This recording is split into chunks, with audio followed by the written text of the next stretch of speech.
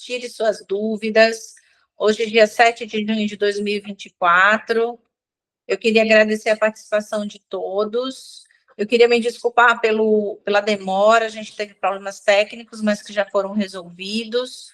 Hoje aqui com a doutora Rosana Seixas. Doutora Rosana, por favor, se apresente, fala um pouquinho quem que você é.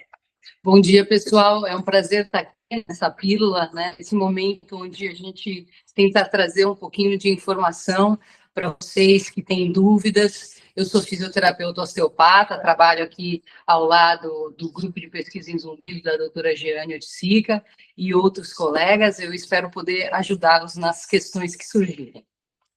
Então, vamos lá. Primeira pergunta é o seguinte, é da Antônia. Eu tenho um problema de zumbido no ouvido e me indicaram vocês. Isso tem me incomodado muito. Já passei com vários otorrinos, mas ninguém me indicou nenhum tratamento. E tenho notado que o zumbido tem aumentado. O que fazer, doutora Rosana? Bom, eu acho que a primeira coisa, quando eu percebo que chega um paciente para a gente que já passou por vários otorrinos e não tem o que fazer, eu indico passar por um especialista, né? Um médico especialista, em primeiro lugar, né? E depois, certamente, avaliando todas as variáveis, né, grandes questões com relação à sua saúde, o otorrino especialista em zumbido vai poder te orientar da melhor forma possível. Vai passar por fono, talvez tenha tratamento fisioterápico osteopático adequado para você fazer, enfim, precisa fazer uma avaliação bem detalhada, porque é um sintoma muito específico e, infelizmente, nem todos os profissionais estão acostumados a tratar esse sintoma, não é, doutora? Perfeito. O Renan perguntou por WhatsApp o seguinte: eu fui no dentista na sexta-tarde e com esse zumbido nos dois ouvidos que não para. Pode ter alguma relação? O que você acha, doutora Rosana? Olha, super pode. Na verdade, isso é algo que a gente observa bastante no nosso dia a dia, é algo descrito na literatura, tá? Porque o que acontece? Quando a gente vai num dentista, muitas vezes a gente fica numa posição mantida muito tempo lá, com o pescoço para cima, com a boca aberta.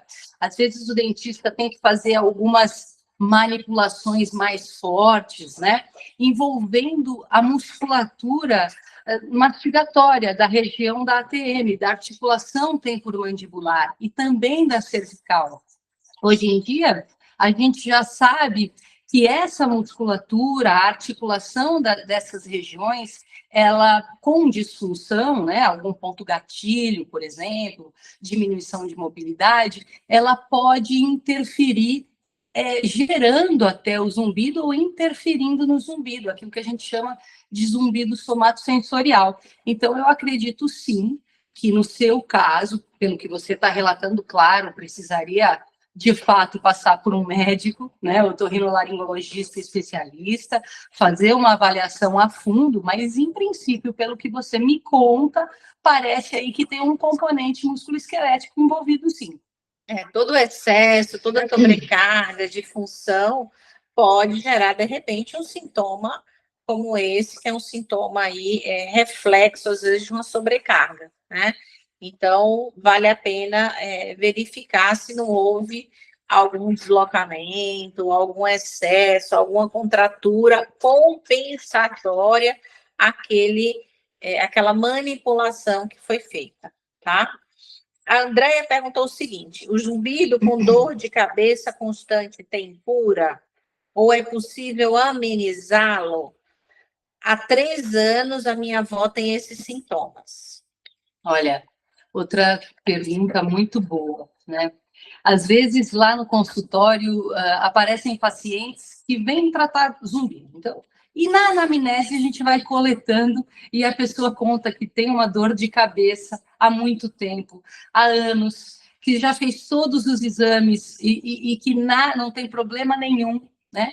E o que muitas vezes a gente acaba percebendo é que essa dor de cabeça pode ser uma cefaleia, por exemplo, cervicogênica, né? Uma cefaleia, uma dor de cabeça que vem da região cervical, porque a inervação da base aqui do crânio em relação à primeira vértebra cervical, a inervação ela sobe para o crânio. Então, as dores de cabeça podem muito bem ter relação com a parte muscular, e as pessoas não sabem, não investigaram, ficam tomando remédio a vida inteira, sendo que algum procedimento de fisioterapia e osteopatia já poderia aliviar de forma importante esse sintoma, tá? Então, assim, eu recomendo passar por um especialista para avaliar como é que está essa situação, para ver se a gente pode ajudar, né, a sua avó a melhorar desse sintoma, tanto do zumbido quanto da dor de cabeça. Outros pacientes também, agora pensando no caso da sua avó, eles têm apertamento dos dentes, né, o bruxismo, aquela coisa que a pessoa não relaxa a musculatura mastigatória em momento nenhum. No nosso dia a dia, a gente já trabalha demais essa musculatura da boca, né? A gente engole saliva, a gente engole comida, a gente mastiga, a gente fala. Quando a gente não está fazendo nenhuma dessas atividades, o ideal é os dentes não estarem se encostando. Quer dizer, você não está com a boca travada para descansar. Mas muita gente tem esse travamento dos dentes, tanto de dia quanto de noite, né?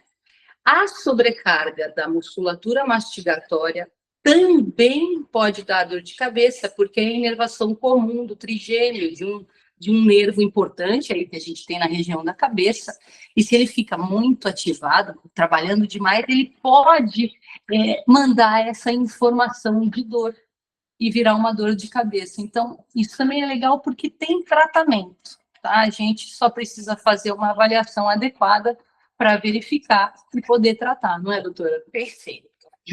Bom, a Silvana pergunta o seguinte: eu estou com ruído no ouvido, não é exatamente um zumbido, já que tem um zumbido no outro ouvido. Parece mais como um som de um coração batendo na cabeça. Tum, tum, tum, tum, tum, tum. Gostaria de pedir ajuda e saber se outras pessoas já passaram por isso e o que fizeram para reduzir ou eliminar o ruído. Agradeço sinceramente. Bom, esse tipo de ruído, esse ruído que bate como coração, a gente chama de zumbido pulsátil, né? O zumbido pulsátil, ele não é da via auditiva, ele é considerado um zumbido para-auditivo, ou seja, ele corre paralelo nas vizinhanças da via auditiva.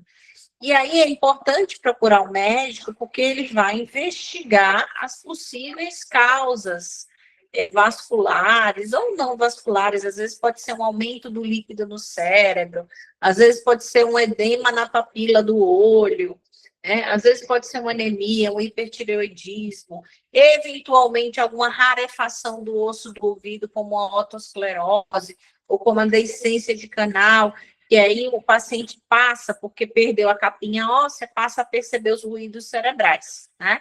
Então, precisa investigar para ver o que é. Porém, tem um autor israelense e americano, né? Ele mora nos dois países, 6 meses em cada, que publicou, acho que em 2020, 2021, que é o Dr. Roberto Levine, o seguinte: quando o paciente tem um zumbido pulsátil, você investiga exaustivamente esse zumbido e não encontra nada, nenhuma malformação arteriovenosa, nenhum aneurisma, nada que justifique, provavelmente esse paciente tem um zumbido somatosensorial. Então, existe aí sim um link entre o zumbido pulsátil e esse componente que a gente chama de somatosensorial. Doutora Rosana, você tem na sua experiência clínica, lá na sua clínica, quando você atende pacientes com zumbido pulsátil que melhoraram depois da osteopatia e fisioterapia, ou a princípio você nunca viu isso? Não, a gente vê sim, vê com uma certa frequência.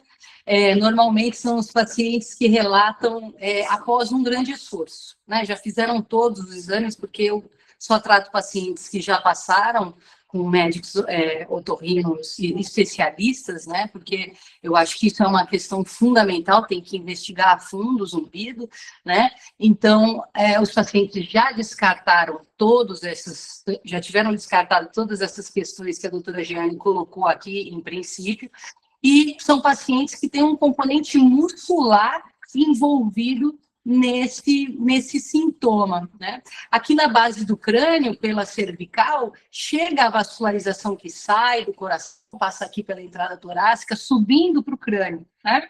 Então, muitas vezes, a tensão que a gente gera nessa região pode causar uma diminuição, de repente, desse vaso, ou ele pode estar mais próximo aí da questão do ouvido, da sensibilidade, e gerar esse barulho, né? Esse barulho de fluxo sanguíneo, que muitas vezes é mesmo. Uma dica legal, assim, é para você perceber se é uma questão de fluxo, né? Se esse barulho tem relação com os batimentos cardíacos, é pôr a mão aqui na artéria radial, segurar aqui com os 2 dedos e perceber se o seu zumbido tem o mesmo ritmo que tem esse batimento aqui no seu dedo, né? Se ele faz ao mesmo tempo aqui, ou se o ritmo é diferente. Se o ritmo é diferente, provavelmente não seja um componente relacionado ao batimento cardíaco, né?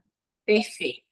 Eu só queria lembrar o seguinte: os estudos com animais, com modelos experimentais, mostram que toda essa via da cabeça e pescoço, musculatura, tendões e articulações, que leva essa informação para o cérebro, essa via que é chamada somatosensorial ou proprioceptiva, né, que leva informação de contratura da musculatura para o cérebro, ela faz um pit stop, ela para no núcleo da audição, no tronco cerebral.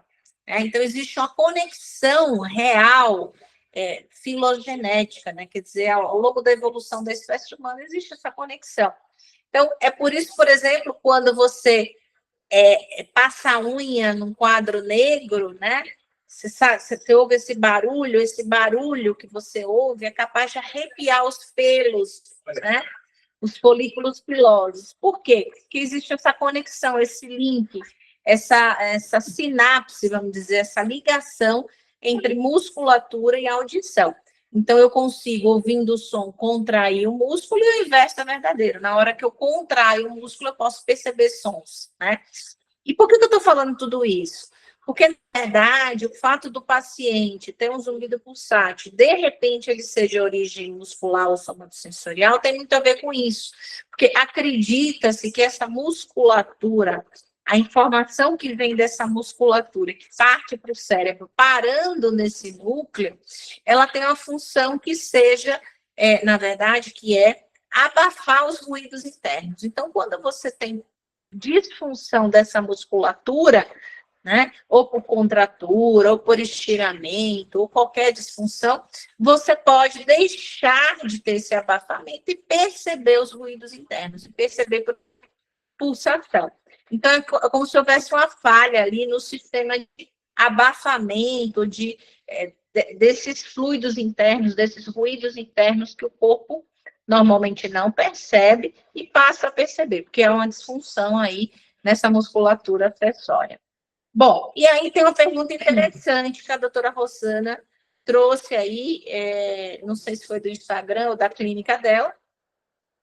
Quantos atendimentos são necessários para melhorar o zumbido? Achei essa pergunta massa. É muito legal. Foi um paciente que mandou pelo Instagram essa pergunta. Na verdade, a gente não tem um número exato, porque cada caso é um caso. Cada paciente é um universo à parte, né? Cada paciente tem as suas próprias necessidades e realidades da vida, né? Alguns pacientes vêm com grandes componentes emocionais, outros com grandes componentes de sobrecarga, né? Então, a gente vai se ajustando conforme o andar da carruagem.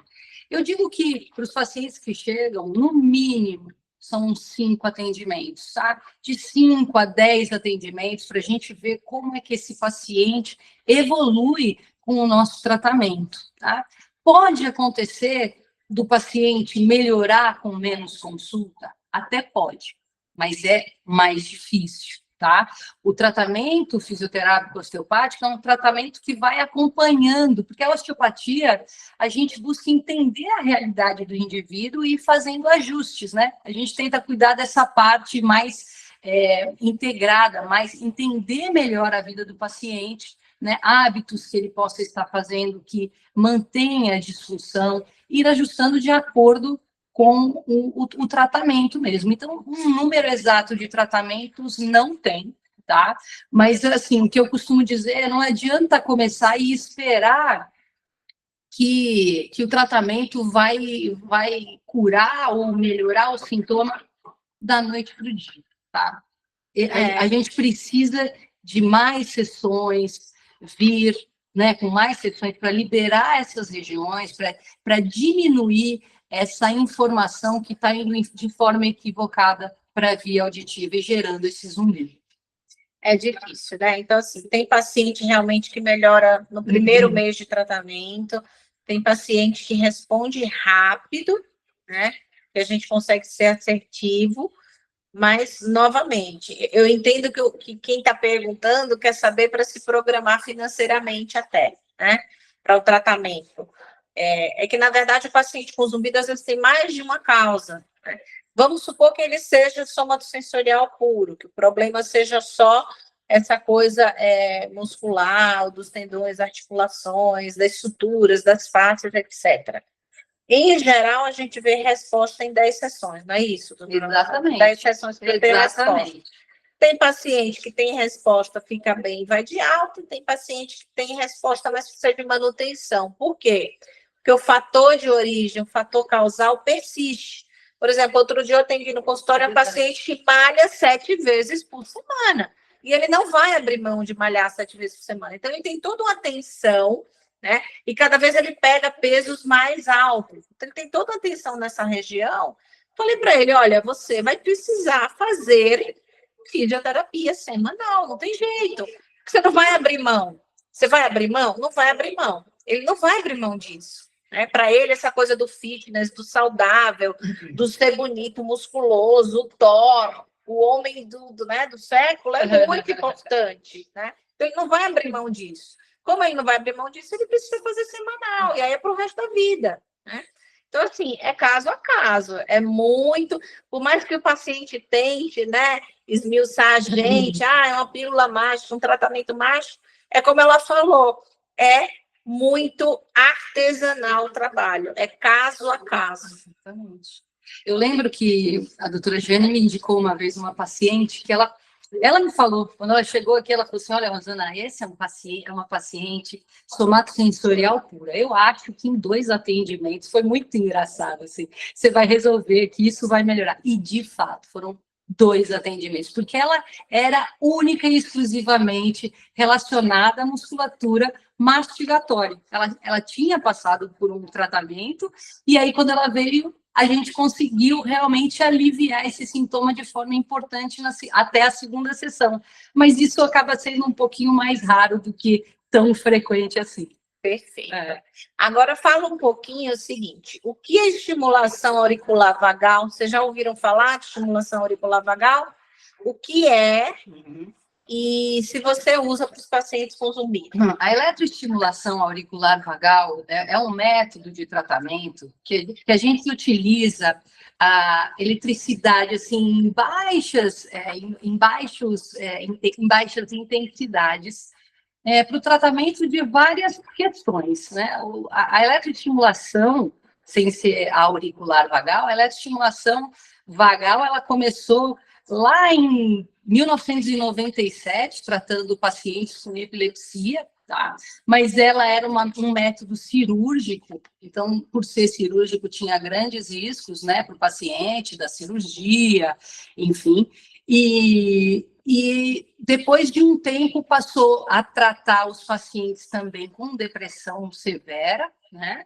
E aí, em 2002, se não me engano, dois pesquisadores descobriram que esse nervo vago, que é um nervo super importante no nosso corpo, responsável por equilibrar o sistema nervoso autônomo, esse nervo vago tinha ramificações aqui na parte externa da orelha, tá? Na concha superior e inferior. e no tragos. Então, com a percepção dessa questão de ter uma inervação na região externa, eles começaram a utilizar a eletroestimulação auricular vagal para que se observasse se tinha os mesmos efeitos. E porque ela percorre a mesma via, parece que sim, que ela tem os mesmos efeitos que aquela que precisava de uma cirurgia, que custa $50 mil para fazer. Então, é um método mais barato, mais seguro, né, porque tem poucos efeitos adversos. E o que ela faz? Bom, o mais legal é isso. A eletroestimulação auricular vagal, ela vai se comunicar com áreas do cérebro que são responsáveis por produzir alguns neurotransmissores. A gente tem neurotransmissores no nosso cérebro trabalhando o tempo inteiro. Alguns são excitatórios e outros são inibitórios, né? Então, tem um formato que a gente utiliza, né? Você precisa estudar bem e saber como utilizar, mas tem um formato que dá para utilizar para ele produzir. Os estudos mais atuais falam dessa questão da via GABAérgica, que é uma via que tem a tendência a diminuir e a inibir mais os centros que percebem o zumbido. Tá? Então, sim, a gente está usando bastante com os pacientes a eletroestimulação auricular vagal e a gente está tendo bons resultados. Perfeito. E, para finalizar, me conta um pouquinho. O que a fisioterapia, a osteopatia, pode fazer pelos pacientes com zumbido? De que forma ela pode ajudar? Tá. Os pacientes que são indicados para tratamento fisioterápico osteopático são aqueles pacientes que têm esse zumbido que é chamado zumbido somatosensorial, né? A gente tem na nossa pele, nos nossos músculos e tendões, receptores, né? E eles nos colocam em comunicação com o meio externo. Então, a gente percebe tato, dor, a gente percebe tensão nessas regiões através desses receptores que vão enviar a mensagem lá para dentro. Às vezes, uma sobrecarga nessa região ou um acidente que você sofreu, não, acidente de carro, whiplash, alguma manipulação de dente, por exemplo, uma ida ao dentista, a posição sustentada por muito período, pode levar à disfunção nessas regiões. Então, uma disfunção nessa região, como a doutora Jane estava falando anteriormente, pode mandar lá para o núcleo coclear dorsal, que é um núcleo da via auditiva, pode mandar taxas de disparos espontâneas que podem gerar, né, esse zumbido, pode influenciar no zumbido. Então, nós, como osteopatas, primeiro a gente faz uma avaliação, uma anamnese bem detalhada, para entender a vida desse paciente, para entender quais traumas ele já teve, para entender se essa musculatura tem uma influência de fato nessa via. Então, a gente pergunta, a gente observa se tem modulação ou não. Outra coisa muito importante, o paciente tem sobrecarga, tem hipertonia da musculatura suborbital, né? Ele sente essa hipertonia, isso interfere no zumbido dele. Outra coisa que é importante, ele sente dor nessa região, e a dor interfere no zumbido. Às vezes o paciente chega e fala para a gente, que o paciente ele é bom no negócio, ele chega e te fala, você sabe, doutora, eu tenho dor na boca, e toda vez que eu acordo com dor na boca, eu percebo que o meu zumbido está alto. E quando eu não estou com dor, o zumbido diminui ou desaparece. Quando você percebe essa relação entre a musculatura, a dor, em relação ao zumbido, às vezes o paciente não modula. Não, você fala assim, ó, aperta o dente. Você percebe modificar? Ele não percebe. Pode acontecer de ser um paciente somatosensorial indicado para o tratamento fisioterápico osteopático, mas não modular. Então, a gente precisa entender todos esses fatores que influenciam para fazer ajustes. Quer dizer, reequilibrar o sistema para ele trabalhar da melhor forma possível, né? E parar de ficar mandando essa informação equivocada ou diminuir para o centro auditivo. Perfeito. Então, assim, em geral, é um paciente que responde a esse tipo de tratamento, é um paciente jovem, que tem um zumbido unilateral, não é obrigatório ser assim, mas em geral, né? E é aquele paciente que modula, né? Ou seja, diante de manobras, sejam ativas, o médico palpando, sejam passivas, o próprio paciente fazendo o movimento, aquele zumbido ele muda. Se isso acontece, provavelmente existe um componente aí músculo esquelético nessa região próxima ao ouvido, que deve estar contribuindo para a percepção do zumbido e que, se adequadamente tratada, deve melhorar ou até fazer o zumbido desaparecer. É lógico que sempre investigar outras coisas e tratar outras coisas que podem, com certeza, estar associadas. Não sei se a doutora Rosana quer falar mais alguma coisa antes de a gente encerrar. Acho que é isso, doutora. É isso. Acho que sim. Então, eu queria agradecer a equipe da Fundação Otorrino, queria agradecer a doutora Rosana Seixas pela participação e queria deixar aqui o convite para a próxima pílula, que será no mês que vem. A gente vai mandar as informações aí nas redes sociais. Obrigada a todos. Tchau, tchau, pessoal. Tchau.